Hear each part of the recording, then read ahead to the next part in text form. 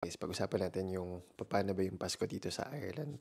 Malungkot yung Pasko dito sa Ireland kasi nag-shopping ako sa labas for the very first time.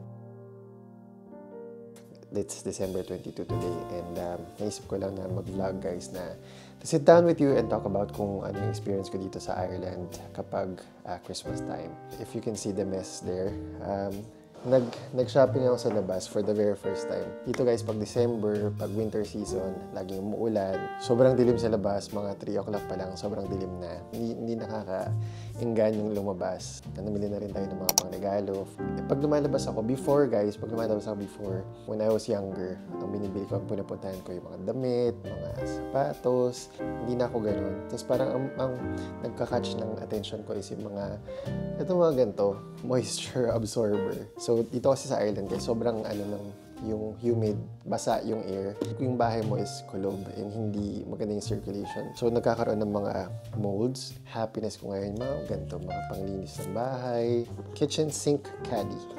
Panglalagyan na ng mga sabon, mga sponge.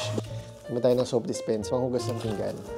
So, pumili tayo ng mga pangregalo sa mga bata and everything.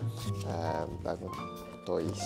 And then, ito rin, parang iba-iba yung mga nuts na mafe-feel mo. Gusto niya yung mga kinakagat-gat niya. Wait lang, Charlie.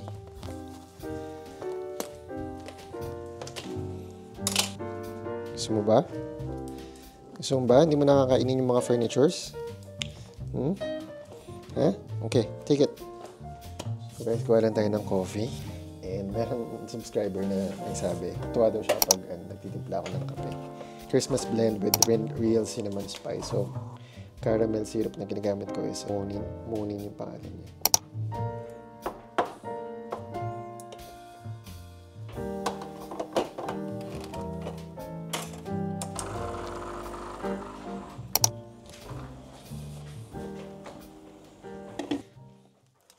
Delish. Okay. Do you wanna wrap gifts with me? Saan punta? Guys, pag-usapan natin yung paano ba yung Pasko dito sa Ireland. Malungkot yung Pasko dito sa Ireland kasi first of all, kagaya ng sinabi ko kanina before nung start ako mag-vlog, sobrang dilim na. Parang 3 PM pa lang, sobrang dilim na sa labas. And then, ang lamig kasi. Din umuulan. Alam mo yun, yung ambience, parang yung atmosphere, hindi siya conducive for celebration, ganyan. Pero although, depende rin naman kasi kung sa inyo, kung yung deep inside, kaya niya mag-celebrate without, being affected by the external factors. Kumbaga, ano ba yun, Charlie? Ano ba gusto? Hindi na ako nakapagpasko sa Pilipinas mula nung nag-Ireland ako. And it's never been, it's never the same without your family. Never the same without your parents and without your siblings.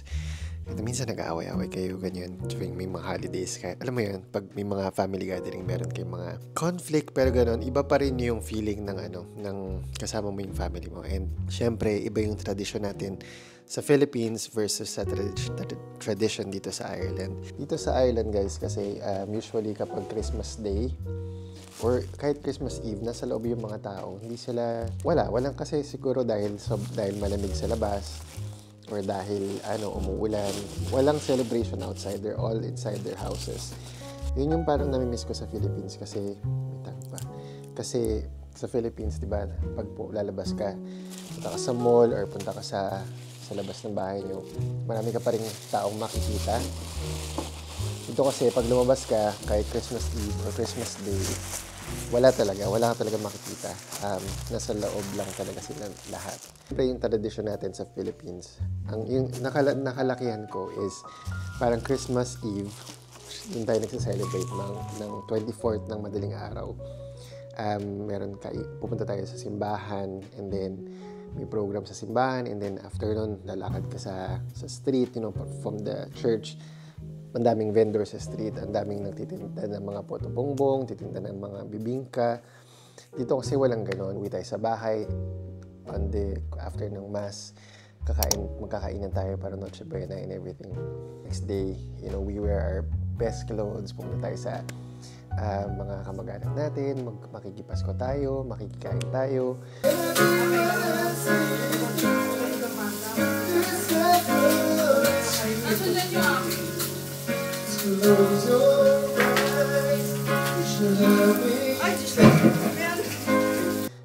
Magmamano tayo sa mga lola, tito-tita, then makikingi tayo ng aguinaldo. Pero kahit naman quiet ang Christmas dito guys, you can spend it naman however you want. Kagaya, you can spend it with friends. May mga nakita ko na nag-spend sila ng get-together sa hotels, mga Pilipino, ganyan, nag-gathering sila. It just depends on paano mo gawin yung Christmas mo. I think you make your own situation. And hindi rin ganong malamig sa Pilipinas. Wala. This is not yours. Titingnan ko lang kung may presyo pa. Alalala.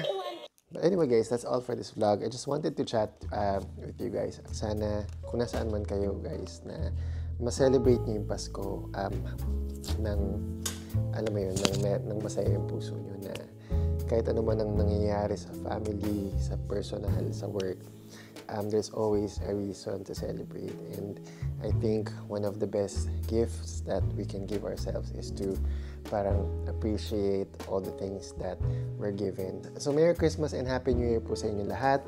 I hope to see you soon and kailangan pa magbalot ng mga gifts. So goodbye muna for now. Bye-bye.